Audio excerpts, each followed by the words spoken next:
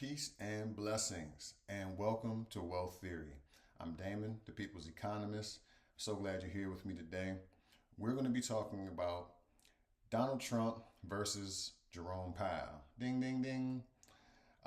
So if you've been following in the news, Trump has been adamant about firing Federal Reserve Chairman Jerome Powell. And he's been on this for a while. He feels as though Jerome Powell is incompetent.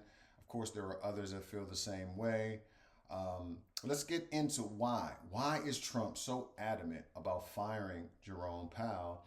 And more importantly, the reason why he wants to fire him. Jerome Powell has been reluctant ever since the election to lower interest rates. And Trump wants him to lower interest rates, and not only lower them, but lower them dramatically by 300 basis points, which is the equivalent of 3%.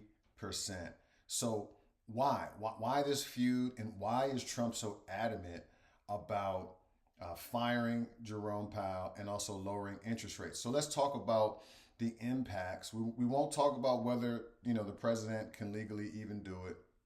We'll stay out of the politics, but let's look at the economics of it. Okay, so what happens when the Federal Reserve lowers interest rate? So when they lower or increase the interest rates, what they are doing is they are making the cost to borrow either cheaper or more expensive between banks. So banks lend money to one another. So Bank of America lends money to Wells Fargo after hours, who lends money to PNC, etc. The Federal Reserve also lends money to these commercial banks. Okay, and so when the interest rate is lowered, that means the cost to borrow is cheaper. And you know that from your own personal life. When the interest rate on your car loan is lower, your monthly payment is cheaper. When the interest rate on your mortgage is lower, your monthly payment is cheaper. And so it's the same with the banks. So when the Federal Reserve lowers the interest rate, the banks can now borrow more cheaply, which means they can offer debt to the consumer more cheaply, and therefore that increases demand. So let's look at it. So the Fed lowers rates, boom. Bank of America says, okay, this is great. I know we have customers who have been waiting to buy a home, who've been waiting to buy a car. Now we can lower the cost of the loan to those customers. So say an individual such as myself, now I go to the bank, I take out a loan, and I go and I spend that money on a car, or maybe I go spend that money on home improvement, or maybe I go spend that money on a vacation. So there's more money now flowing into the economy. Same thing with, say, a business who has been maybe wanting to buy a new piece of equipment, or wanting to hire a new employee, or wanting to buy or lease a new office, but hasn't been able to because of the cost of capital, the cost to borrow money. Now it's like, you know what? The cost of capital is perfect. Now we're going to go, Mrs. Business Owner is going to they're going to take out a loan from the bank, and they're going to go acquire that piece of equipment, or hire that individual, or buy that piece of property for their new office. And so more money flows into the economy. Now, to that point about money flowing in the economy, what you may or may not have known is that commercial banks create money as well as the Fed. See, the money we have is actually currency, and that's for another video. But fiat currency can be created out of thin air because it's a debt instrument. It's a debt-backed currency instead of a gold-backed currency, which it was prior to 1971. And so what happens is, so the Fed says, I'm going to loan you, Bank of America, $1. And Bank of America says, oh, that's so great. And they take that $1, they put it in their vault, and then from that $1, they can loan out 10 other dollars. So they only have $1, so technically they should only be able to loan out one. So there's 9 other dollars that they can loan out that isn't in their vault. That's called fractional reserve banking or lending. So these banks literally created those other $9 out of thin air and loaned them to you, or loaned them to me. And then we go out and we spend them on whatever goods or services we want. And that's how money is created. And that's how new money enters the economy. Now, what happens when this money enters the economy? Well, number one, more money was created. That's inflation. That's inflationary because you inflated or you increased the money supply, the amount of money. So that means that the value of any one single dollar is less, right? Because if you think about it, when you have a ton of something, it's generally not as valuable. But when you have a few of those things, they're more valuable because they're rare. A Babe Ruth baseball card, if there's 100 million of them, maybe kind of valuable. But if there's only one in existence, it's going to be super valuable and someone's going to pay a lot of money for that one baseball card. So similar premise, the more dollars that are floating in the economy, the less each of those dollars is worth.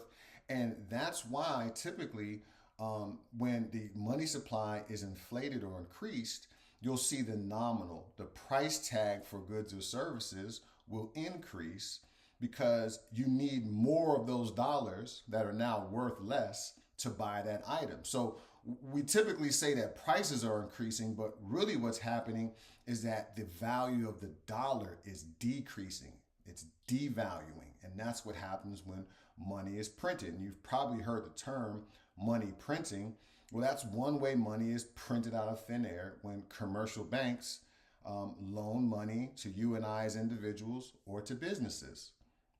Those dollars that are now created are chasing goods and services. And the more dollars going after the same goods or services tends to cause more demand for that good or service. And anytime something's in high demand, what do people typically do?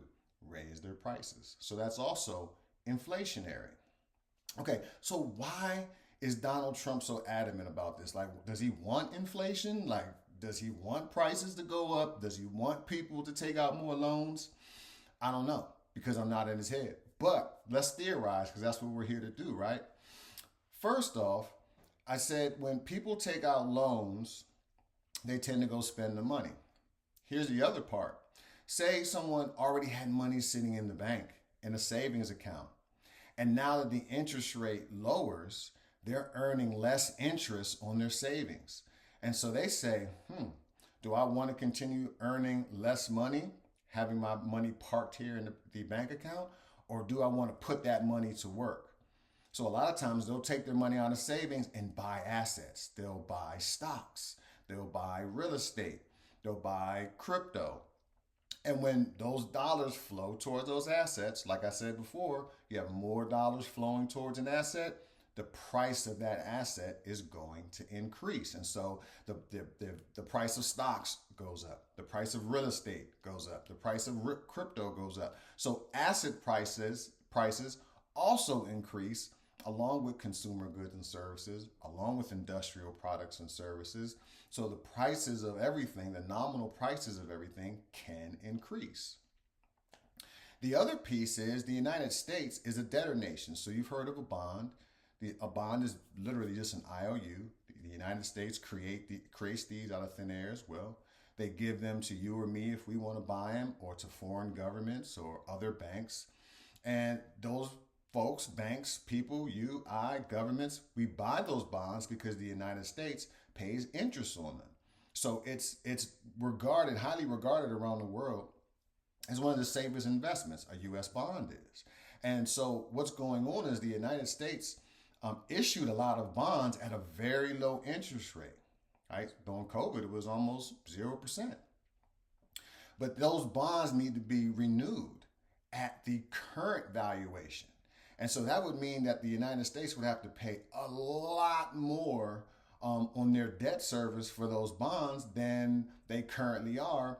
And seeing as though the debt, the national debt is already 37 trillion, and that the federal government is already struggling to make the interest payments on that debt, they can't afford for all of these bonds to renew at the current prices. So it would probably be really good if the prices were low when those bonds renewed, so that the interest payment on the debt that the government has to pay doesn't increase. So if I were to theorize why the president is so adamant about lowering interest rates, is one, asset prices goes up.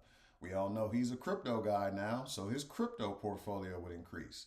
We know he's a real estate guy, so his real estate portfolio would increase. And I'm sure he owns stocks, and I'm sure folks in his constituency also own these types of assets, and the prices of all of those will increase. So maybe he wants a payday. Who knows? The other thing is maybe he wants to avoid the United States from defaulting on its debt, by lowering interest rates now and kicking the can down the road. To be clear, at some point, the United States is going to default. Fiat currencies die. That's what they do. They can't last forever. That's for another video.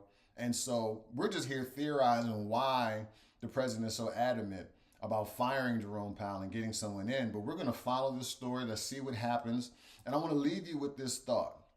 If you know that lowering interest rates has the potential to increase asset prices, what are you going to do to leverage this? What can you do to take advantage of it? Because the great thing is anybody can buy stocks, anybody can buy real estate, and anybody can buy crypto. There's no law against you investing your money.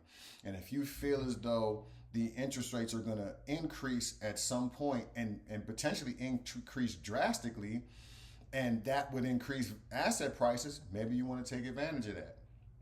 The other thing I want you to think about, and then I'll sign off, is that typically the Fed will increase or decrease interest rates by maybe 25 or 50 basis points.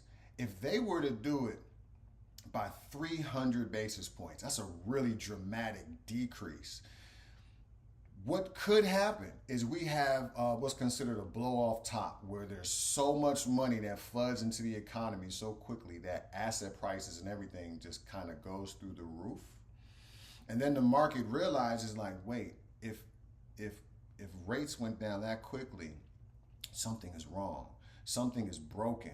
And so the market will sniff that out, and eventually it will crash and burn almost, if not faster, than when it went up. So two things we really want to think about.